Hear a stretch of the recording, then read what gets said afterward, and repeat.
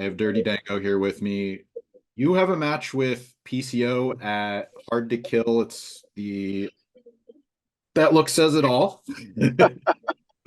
uh, Oh man. I'm excited for this event. Not only because TNA is back, but it seems like everybody's looking forward to it. Everybody's on the same page, no matter what role they have on the show. It's a really big moment for the company, for the roster.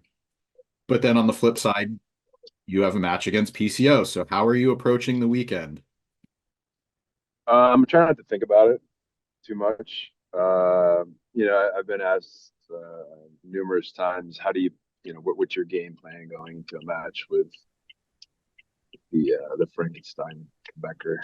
And I don't really have one. I don't Just know how you get a game plan to go in against a guy like that. So just hopefully the numbers game. I've got Alpha Bravo and Oleg ringside, so hopefully they got my back, which they certainly will. So just hopefully be able to get on my red eye home in one piece. there you go. Walk out with a win. Maybe not too many injuries. I don't think you could ask for much more. Yeah, that's a win. I do want to talk about your security, Alpha Bravo. He did some great work in Impact throughout. Like I know he was with Taya and Rosemary for a while, but now he's your personal security. I think people forget how valuable he can be. Like, can you highlight or just explain like how much he's added to your presentation, just having him along for the ride with you? I hope he doesn't hear this because his head's gonna be all swollen. No, he's a great utility guy. He gets his role. I've had managers in the past where they're trying to get more of the spotlight on themselves ringside. You know what I'm saying? He gets pro wrestling. He's been doing it a long time. He gets character. He gets promos. He gets what we're doing, and I like him personally backstage, and he's easy to get along with. Just like what I do with construction. If I got a guy on my crew that I just don't get along with, I'm not going to keep hiring and bringing him back. So he's a team player, and he brings ideas to the table, and he shows initiative. So he shows up with new gear and ideas, and we've got some ideas we've been talking about over the last month. So with that being said, it's nice to have someone to work with that's been around the business a while. You don't have to kind of hand feed them and walk them through everything. Mhm. Yeah. And then on the other hand, Oleg Prudius, people know him as Kozlov, but not only is he back in wrestling in a regular role, but he finally changed his Twitter handle from WWE Kozlov. So you want to Did he, take did he finally change it? yeah, Someone probably buzzed him on that one, Kozlov right? like 15 years. I don't even really go on Twitter, so I don't even know. That's funny. Um, no, I helped train Oleg when he first came to Deep South when he was 340 pounds, right from the Sambo world of Russia, Ukraine, wherever he was over there. And I'm just glad he's on my team, man, because he's the real deal. Yeah, he's won gold medals in Sambo, and he's the real deal. And he brings legitimacy to our little squad, which is um, which is good because you want a guy like that on your side. You don't want to be wrestling for sure. Yeah, it's nice to see him kind of back because I've seen him pop up in movies over the years, and you don't really know what's going on until you see him in the movie. And it's like, oh yeah, I wonder what he's up to. So now that he's kind of found a regular role, at least for wrestling fans, it's kind of nice to see that he still has a passion for the business and he's helping, the three of you out. Yeah, and he looks better aesthetically now, I think, than he did back in WWE. He's in great shape, man, and I hope I look that good in a couple of years. No, he looks great. He's jacked. Mm. Do you have a favorite movie of anything that he's been in? I know he's Well, John Wick, yeah. John Wick, and he did. He's gonna be pissed that I don't remember the name of it, but It was a Chinese film. It grossed. It was like one of the highest grossing Chinese films. Hmm. You could probably figure it out, but you'll watch something, you'll just be watching a movie, then I feel like Oleg just kind of pops up in it here and there, like just randomly, and then you rewind it, you're like, is that Oleg? Hmm. And he just gets shot, or he like hit thrust someone and he gets thrown off a bridge or something. But yeah, he made it. He still does. He made a good career outside of wrestling, kind of when he left. When he left WWE, and he's done a lot of acting, and which what I was worried about. His first match in like 11 years was a couple months ago, and I feel like all the stunt work he's done over the last 10, 15 years, or 10 or 12 years, is really, it's very similar to wrestling, where you have to, you're remembering spots and you're going through you know through the motions. So his match was great, and he didn't forget anything. He went right out there and nailed it first take. So um, yeah, he picked right up where he left off for sure. I remember seeing him, I think it was in The Wire, like just randomly because they had like the dock work. That was the season with the dock workers and stuff. Mm, He was just there, and it's like, oh, like that's hilarious. Yeah, that's like, there's a few guys like that are reoccurring. You yeah. see the one guy that's in Luke he's got Hawx. the mustache. Yeah, Luke. He's in like Logan. He's in all those flicks. They're like reoccurring job guys. They're like the Mike Sharps of film. So I know that no gimmicks needed is your gimmick, Yeah. but is there a gimmick that you want, like that maybe you have one floating around in your head that you're like, I'm doing no gimmicks now, but is there one that you maybe want to try out or maybe could have and Yeah. You want to hear the real story? sure. I asked my gear maker to make all gimmicks needed, because that's my fucking gimmick. I'm a gimmick, Yeah. and he put the Chris Candino no gimmicks needed on the back of my gear, and I just said, screw it, I'll just wear it. I know you run with it. Why not? I was like, whatever. I already paid for the gear. I'm not sending it back. So, Yeah. um, Yeah. You're in construction. Are you still doing like private homes or are you doing like others, like yeah, what do you yeah. Um, I'm doing a residential split ranch right now.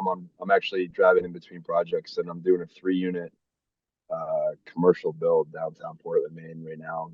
I'm just dealing with permitting and easements and attorneys. So I'm all going back and forth right now. Yeah, yeah. And so when I'm home Monday through Friday, it's 6 a.m. gym, work 9 to 7 p.m., and then wrestle on the weekends. So it's been busy, man, the last year. So yeah, luckily I've been blessed.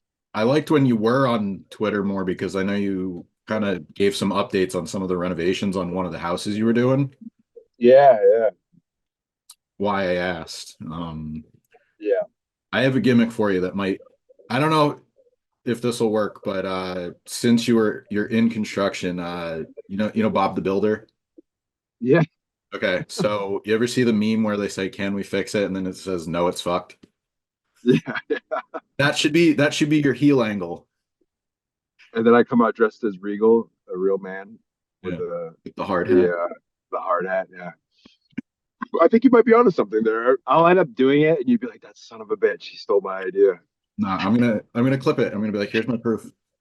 I put it. I I'm like, put he never came. I'll be like, he never said that. I came up with that on my own. PCO has a gimmick.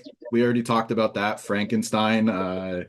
I've talked to a few people that, especially Steve Maclin, kind of called him Jason Voorhees like. Are you a Friday the 13th guy?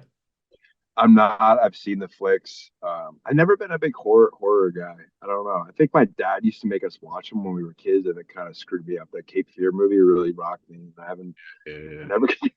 I remember watching that movie as like it really messed me up, man. I never got into Jason or Halloween or any of that stuff after that. But PCO is definitely a real life horror action star. I mean, look at the guy. Yeah, so most likely one of us are gonna get thrown or fall off something or hit the mat or the ground really hard. So I'm looking forward to that. Hopefully it's him.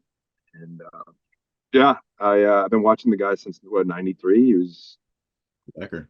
he's been on TV for 30 years now. So hats off to him for reinventing himself. But hopefully he doesn't kill me.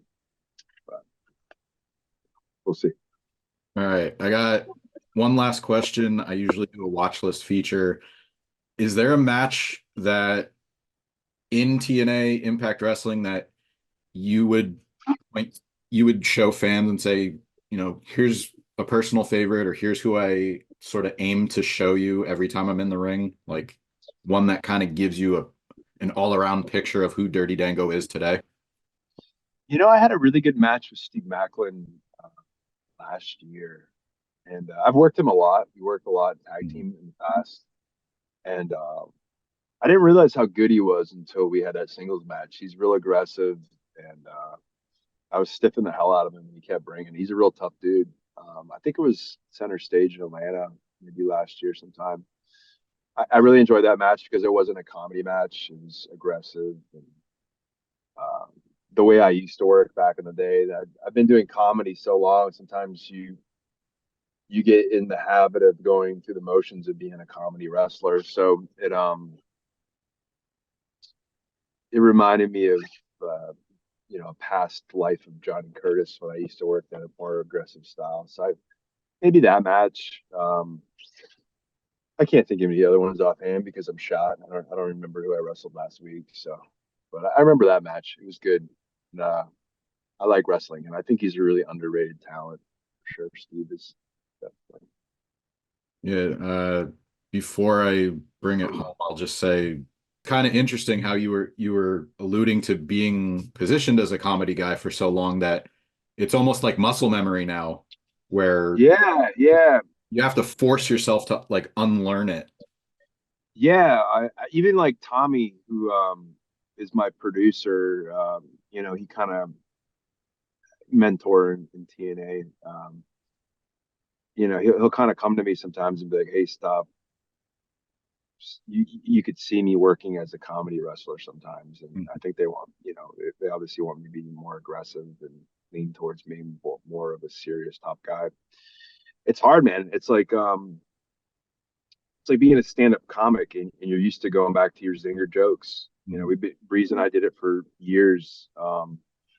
Short 3 to 7 minute segment matches where it's kind of more haha, it's in and out, character and storyline based matches. You know what I'm saying? It's just you're kind of doing the wrestling to get the character stuff over. It's the wrestling more secondary to the storyline or the character. So having matches with Macklin that it's really not a storyline, you're just going out and having a good wrestling match. Kind of reminded me of being back in like FCW back in the day, which is it's good, man. It's body of work. That's what Dusty always talked about is your body of work over your career. Mhm. You want to be able to play different characters and have a full body of work, being able to show different sides of your personality, whether it's being an ass kicker, um, making people laugh. That's longevity in the business is being able to play different characters. If you can only just be one facial, one promo, one type of character, people just like being an actor, they're not going to want to see the same dancer over and over again. You have to reinvent yourself. That's why guys like Jericho and Edge, Christian are still in the game and at a top level. It's because they put thought and ideas into their characters, and they think about this stuff when they're not on the road. Mhm. How can they reinvent themselves, keep coming up with a new hit all the time? That's really hard to do. To stay relevant for 3 to 4 different generations of wrestling, which is something PCO has done, which is pretty impressive. So Yeah, exactly. yeah. Hard to Kill Saturday. Anything else you want to plug or promote before we get out of here? Um, Won't forget about Snake Eyes. yeah, just keep an eye on this match with PCO. Someone's gonna get hurt, and unfortunately, it's gonna be. I think it's gonna be Frankenstein to get the numbers game ringside. So Sorry, buddy. All right. Best of luck this weekend. Thanks for taking the time. Thank you, buddy. Go Sox. Absolutely. Dirty Wally. Thank you, buddy.